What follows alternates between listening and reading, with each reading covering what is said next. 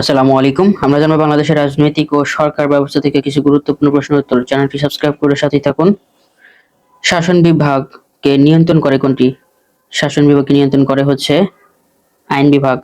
গণতন্ত্রের রক্ষা কবচ বলা হয় কোনটিকে? গণতন্ত্রের রক্ষা কবচ বলা হয় বিচার বিভাগকে। প্রজাতন্ত্রের আইন প্রণয়নের উৎস কোনটি? প্রজাতন্ত্রের আইন প্রণয়নের উৎস হচ্ছে সংসদ। আন্তর্জাতিক অপরাধ ট্রাইব্যুনাল অ্যাক্ট কত সালে পাস হয়? 1973 সালে আন্তর্জাতিক অপরাধ ট্রাইব্যুনাল অ্যাক্ট পাস হয়। নিরাপদ খাদ্য আইন কত সালে পাস হয়?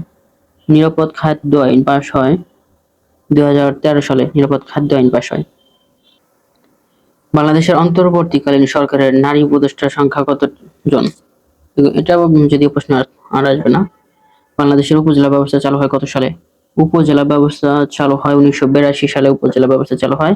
বাংলাদেশের ফৌজদারি ও দেওয়ানি আদালতসমূহ কোন মন্ত্রণালয়ের অধীনে ন্যস্ত? ফৌজদারি ও দেওয়ানি এটি হচ্ছে কোন মন্ত্রণালয়ের অধীনে নয়। তত্ত্বাবধায়ক সরকারের অধীনে প্রথম কততম সংসদ নির্বাচন অনুষ্ঠিত হয়? তত্ত্বাবধায়ক সরকারের অধীনে প্রথম সপ্তমতম সংসদ নির্বাচন অনুষ্ঠিত হয়। রাষ্ট্রের চতুর্থ স্তম্ভ কোনটি? চতুর্থ স্তম্ভ হচ্ছে সংবাদপত্র। অধ্যাপক এডমন্ড আর পাওয়েল চাপ সৃষ্টিকারী গোষ্ঠীকে কয় ভাগে ভাগ করেছেন?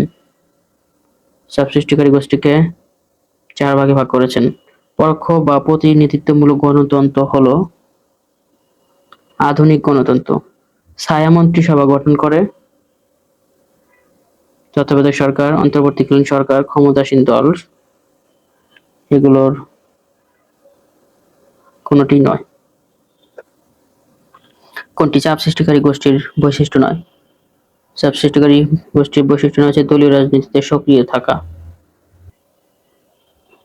বিএনপি কত সালে প্রথমবার জাতীয় সংসদ নির্বাচনে অংশগ্রহণ করে? বিএনপি প্রথম জাতীয় সংসদ নির্বাচনে অংশগ্রহণ করে 1979 সালে। সমাজবিজ্ঞানী ওয়েবার রাজনৈতিক দলকে কি বলে অভিহিত করেছেন? ওয়েবার রাজনৈতিক দলকে গণতন্ত্রের সন্তান বলে অভিহিত করেছেন। পরপর কতটি সাধারণ নির্বাচনে অংশগ্রহণ না নিলে রাজনৈতিক দলটি নিবন্ধন হারায়? 2টি নির্বাচনে। দেশের প্রথম জুলাই শহীদ স্মৃতিস্তম্ভ কোথায় উদ্বোধন করা হয়? নারায়ণগঞ্জে। রেহমান সোবহানের চাপ সৃষ্টিকারী গোষ্ঠীর নাম কি? রহমান সোবহানের চাপ সৃষ্টিকারী গোষ্ঠীর নাম হচ্ছে সিপিবি।